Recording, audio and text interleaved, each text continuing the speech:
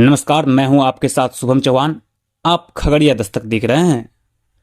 आपको बताते चले कि पूरे देश में 7 चरणों में चुनाव होने हैं, जहां पहला चरण 19 अप्रैल को, तो वहीं दूसरा चरण 26 अप्रैल को, तीसरा चरण 7 मई, तो चौथा चरण 13 मई को, पांचवा चरण 20 मई, छठा चरण 25 मई, सातवां चरण 1 जून को होना है। तो वहीं आपको बताते चले कि 4 जून को पता चल जाएगा कि कौन बनेंगे नए प्रधानमंत्री, जनता किन को चुनती है और किन पर विश्वास दिखाती है। लेकिन फिलहाल आज खगड़िया लोकसभा सीट को लेकर चर्चा करेंगे। आपको बताते चले लोकसभा चुनाव को लेकर बिहार में सियासी तेज है। आपको भी मालूम है कि यूपी बिहार के रास्ते ही दिल्ली की गद्दी तक पहुंचा जाता है। यूपी बिहार जिनके साथ रहेगी उनकी ही सरकार बनेगी, तो इसलिए बिहार आज सभी गठबंधनों के लिए है खास। और खगड़िया दस्तक भी आपको तमाम सीटों का हालचाल बता रहा है, और जितने भी गठबंधन हैं वह ऐसे उम्मीदवारों की खोज कर रहे हैं जो उन्हें जीत दिला सके।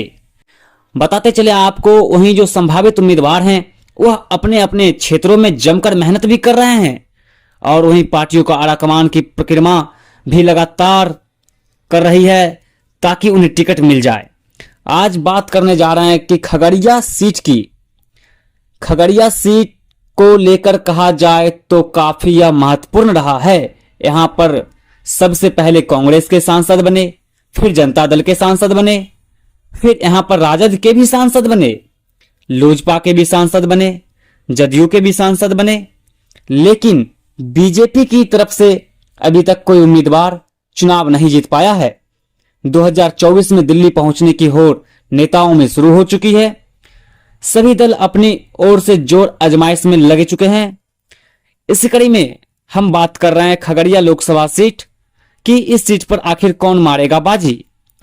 इस बार जो चुनावी मुकाबला 2024 में होना है, कौन सी पार्टियां किस पर दांव लगाएगी, यह देखना बेहद दिलचस्प होगा। लेकिन यह भी बात हम आपको बताते चले, मौजूदा सांसद है चौधरी महबूब अली केसर कभी कांग्रेसी हुआ करते थे, मतलब कहा जाए तो दिग्गज कांग्रेसी।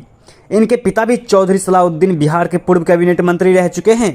साल 2014 के लोकसभा चुनाव में कांग्रेस पार्टी से उन्हें टिकट नहीं मिला चौधरी महबूब अली केसर को, जिसके कारण वह नाराज हो गए और वह बस उसी कारण वह लोक जनशक्ति पार्टी का दामन थाम लिए और उन्होंने धमाकेदार जीत दर्ज की।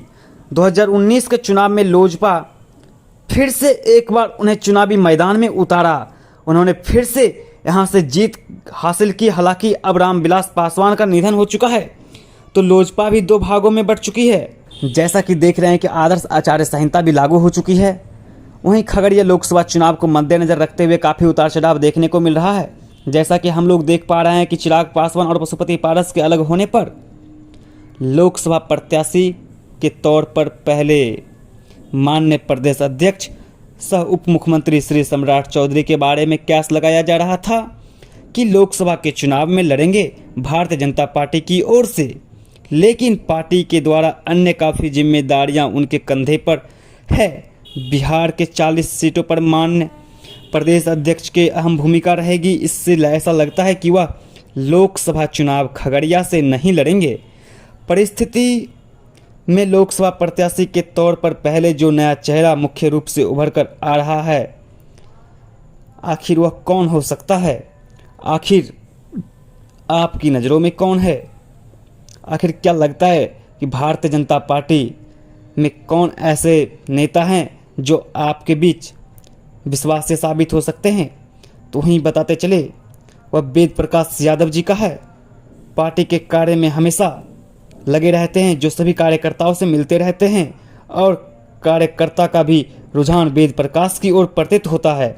उनके आने से यह भी समस्त जनता की सहयोग। कहा जाता है जिसने यूपी बिहार जीत लिया उसे ही दिल्ली के सिंहासन पर बैठने का मौका मिलेगा। इसमें भी बिहार के 40 लोकसभा सीट को अपना खास महत्व है। जो आज हम बात कर रहे हैं बिहार के खास लोकसभा सीट के, जिसे हर कोई जीतना चाहता है, वह भी बिहार का खगड़िया लोकसभा सीट।